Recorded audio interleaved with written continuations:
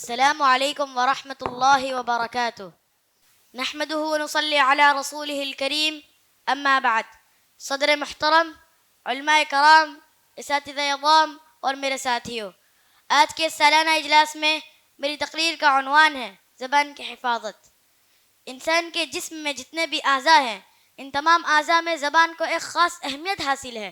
اگرچہ چھوٹی سی ہے اور اس کا کوئی وزن نہیں، لیکن اگر یہ چھوٹی سی زبان صحیح اور درست راستے پر چلتی ہے تو انسان کے لیے عظیم القدر درجات کے حصول کا ذریعہ بنتی ہے.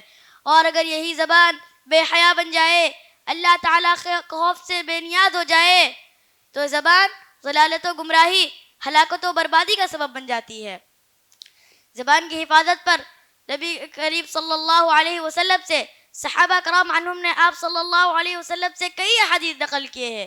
انہی احادیث میں سے ایک حدیث صحابی رسول ابو سعید خدری رضی اللہ عنہ روایت کرتے ہیں.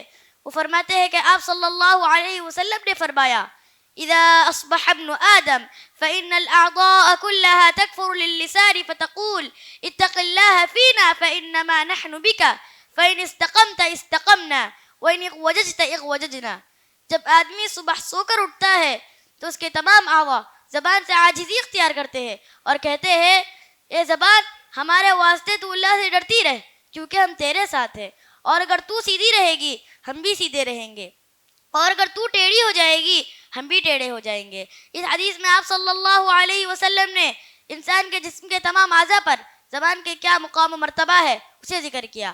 اسی مقام و مرتبے کی وجہ سے آپ صلی اللہ علیہ وسلم نے زبان کی حفاظت کا بھی حکم دیا. جیسا کہ سنن ترمذی میں حدیث ہے کہ عقبہ بن عامر رضی اللہ عنہ آپ صلی اللہ علیہ وسلم سے دریافت کرتے ہیں: اے اللہ کے رسول، نجات کیسے حاصل ہوتی ہے؟ آپ صلی اللہ علیہ وسلم نے فرمایا: امسک علیک لسانک ولیسعک بیتک وابکی علی خطیئتک. اپنی زبان پر قابو رکھو، اپنے گھر کو گنجائش دو، یعنی بلا ضرورت باہر نہ نکلو، اور اپنے غلطیوں پر رویا کرو.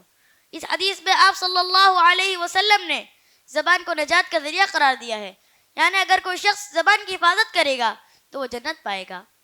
اسی طرح آپ صلی اللہ علیہ وسلم نے زبانی کے تعلق سے اور ایک حدیث ہے جس میں سفیان بن عبداللہ ثقفی رضی اللہ عنہ روایت کرتے ہیں.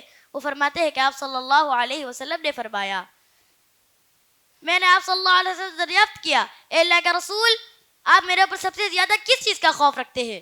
آپ صلی اللہ علیہ وسلم نے فرمایا، آپ صلی اللہ علیہ وسلم نے زبان کو پکڑا اور کی طرف اشارہ کیا اور فرمایا: ہذا. اس حدیث میں آپ صلی اللہ علیہ وسلم نے زبان کو خطرناک قرار دیا ہے، یعنی اگر کوئی شخص اپنی زبان کا غلط استعمال کرتا ہے تو اس کے حصے میں یقیناً گناہ آئیں گے. مثلا اگر کوئی شخص اپنی زبان کی حفاظت نہ کرے اور سے جھوٹ، غیبت، چغلی، گالی گلوچ اور لڑائی میں ملوث کرے تو اس کے حصے میں یقیناً گناہ آئیں گے اور وہ جہنم کا حقدار ٹھہرے گا. اسی طرح ابو ہریرہ رضی اللہ عنہ روایت کرتے ہیں. وہ فرماتے ہیں کہ آپ صلی اللہ علیہ وسلم نے ایک مرتبہ ہم صحابہ کرام کو مخاطب کرتے ہوئے فرمایا: اتدرون ما اکثر ما يدخل الناس الجنہ تقوى اللہ وحسن الخلق اتدرون ما اکثر ما يدخل الناس النار الاجوفان الفم والفرج. کیا تم لوگ جانتے ہو کہ کون سی ایسی چیز ہے جو لوگوں کو سب سے زیادہ جنت کی طرف لے کر جاتی ہے؟ وہ اللہ کا تقوی اور اچھے اخلاق ہے. اور کیا تم لوگ جانتے ہو کہ کون سی ایسی چیز ہے جو لوگوں کو سب سے زیادہ جہنم کی طرف لے کر جاتی ہے؟ وہ دو درمیانی چیزیں ہیں، یعنی منہ اور شرمگاہ. اس حدیث میں آپ صلی اللہ علیہ وسلم نے فحش زبان کو خطرناک اور نقصان دہ قرار دیا ہے، اور زبان کی حفاظت پر آپ صلی اللہ علیہ وسلم نے جنت کی ضمانت دی ہے. جیسا کہ صحیح بخاری میں سہل بن سعد رضی اللہ عنہ روایت کرتے ہیں. وہ فرماتے ہیں کہ آپ صلی اللہ علیہ وسلم نے ارشاد فرمایا: من یضمن لی ما بین لحییہ وما بین رجلیہ اضمن لہ الجنہ. جو شخص مجھے دو چیزوں کی ضمانت دے جو کہ اس کے دو جبڑوں کے درمیان ہے، یعنی اس کی زبان اور دو پیروں کے درمیان ہے، یعنی اس کی شرمگاہ، تو میں اسے جنت کی ضمانت دیتا ہوں. یہ تمام ارشادات ہمیں یہ بتلاتے ہیں کہ ہمیں زبان کی حفاظت کرنا کتنا ضروری اور اہم ہے. لیکن افسوس کہ تمام ارشادات آج کل ہمارے سامنے سے گزرتے رہتے ہیں، لیکن ہمارے کان پر جھو تک نہیں رینگتی اور ہم ویسے کے ویسے ہی باقی رہ جاتے ہیں اور ہم اپنی زبان کا غلط استعمال کرتے ہیں.